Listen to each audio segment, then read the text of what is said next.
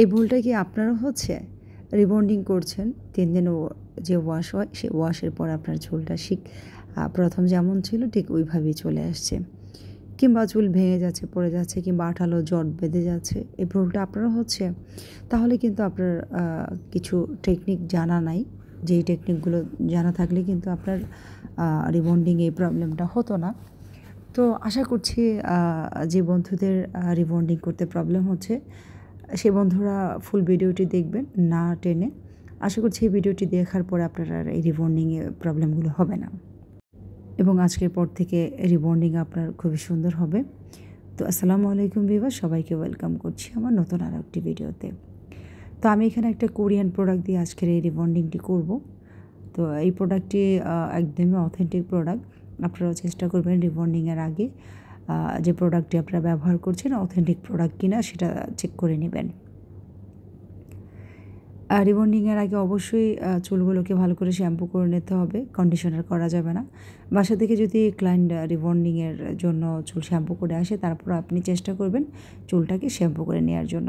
চুলটা একদমই 100% শুকিয়ে নিতে হবে। এরপরে হচ্ছে চুলটাকে মেডিসিন অ্যাপ্লাই করে দিতে হবে। চেষ্টা করবেন 1 ইঞ্চি পরিমাণে গ্যাপ রেখে সম্পূর্ণ চুলে মেডিসিন অ্যাপ্লাই করে দেওয়ার জন্য।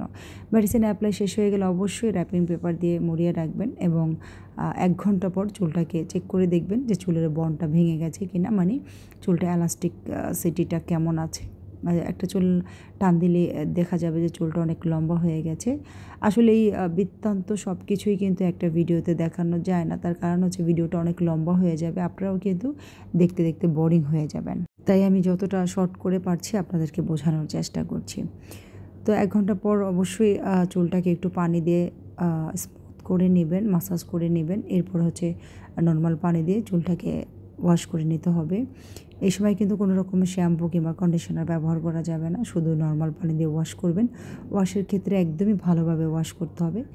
তো ওয়াশ হয়ে গেলে হেয়ার ড্রায়ার দিয়ে কীভাবে শুকাবেন, 80% শুকাতে হবে, আর 20% হচ্ছে ভিজা রাখবেন। ভিজা রাখলে আপনার চুলটা ভালোভাবে আয়রনটা বসবে। আর এভাবে যদি 2টা আয়রন দিয়ে আয়রন করেন, সেক্ষেত্রে 20 বার আয়রন করার চেষ্টা করবেন। আর যদি সিঙ্গেল আয়রন দিয়ে আয়রন করেন তাহলে 40 বার আয়রন করতে হবে। এর ফলে হবে কি, আপনার রিবন্ডিংটা খুব সুন্দর হবে, শাইনি হবে। 3 দিন পর যে ওয়াশটার পর প্রবলেম আসে সে প্রবলেমটা আসবে না। চেষ্টা করবেন 1 ইঞ্চির মতো করে চওড়া করে চুল নেবেন, বেশি চুল নেবেন না। বেশি চুল নিলে কিন্তু আয়রন করতে ঝামেলা হয়। তো আমি যে আয়রনটা করছি, এই আয়রনটা কিন্তু 1 ঘন্টার মধ্যেই কমপ্লিট করব। চেষ্টা করবেন দ্রুত আয়রন করার জন্য। যত দ্রুত আয়রন করবেন চুলটা ভিজা থাকবে, কারণ চুলটা যদি শুকিয়ে যায় সেক্ষেত্রে কিন্তু আয়রনটা বসতে সমস্যা হয়। অনেকে এই জিনিসটা জানেন না, একদমই 100% শুকিয়ে নিয়ে আয়রন করেন।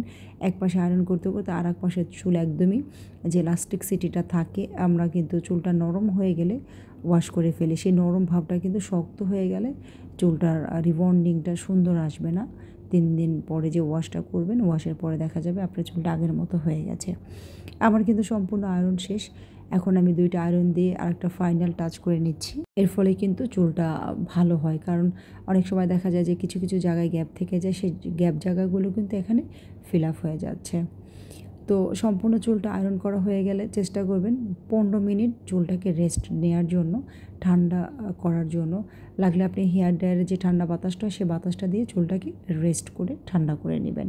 এরপরে একটা নিউট্রালাইজার অ্যাপ্লাই করবেন, ঠিক প্রথম যেভাবে মেডিসিনটা অ্যাপ্লাই করা হয়েছে। প্রথম চুলটা আমরা একটু পাতলা করে নিই, কিন্তু সেকেন্ড যখন আপনি নিউট্রালাইজারটা অ্যাপ্লাই করবেন, সেই ক্ষেত্রে আপনি চেষ্টা করবেন একটু মোটা মোটা করে নেওয়ার জন্য। আর নিউট্রালাইজারটা বেশিক্ষণ সময় রাখতে হয় না, 20 মিনিট সময় রেখে দিলেই হয়ে যাবে। 20 মিনিট পর আপনি ওয়াশ করবেন। ওয়াশের শেষে আপনি অবশ্যই একটা হেয়ার মাস্ক ব্যবহার করবেন। হেয়ার মাস্কটা কম হলো 6 থেকে 7 মিনিটের মতো একটু মাসাজ করে নেবেন। তারপরে চুলটা ওয়াশ করে ফেলবেন ঠান্ডা পানি দিয়ে। ওয়াশ করা শেষ হয়ে গেলে অবশ্যই ভিজা চুলে আপনি সিরাম ব্যবহার করবেন। সিরাম ব্যবহার করে হেয়ার ড্রায়ার করে চুলটা ছেড়ে দিবেন। বন্ধুরা, ভিডিওটি এই পর্যন্তই। আপনাদের যদি আরও কিছু জানার থাকে অবশ্যই আমার হোয়াটসঅ্যাপ নাম্বারে যোগাযোগ করবেন।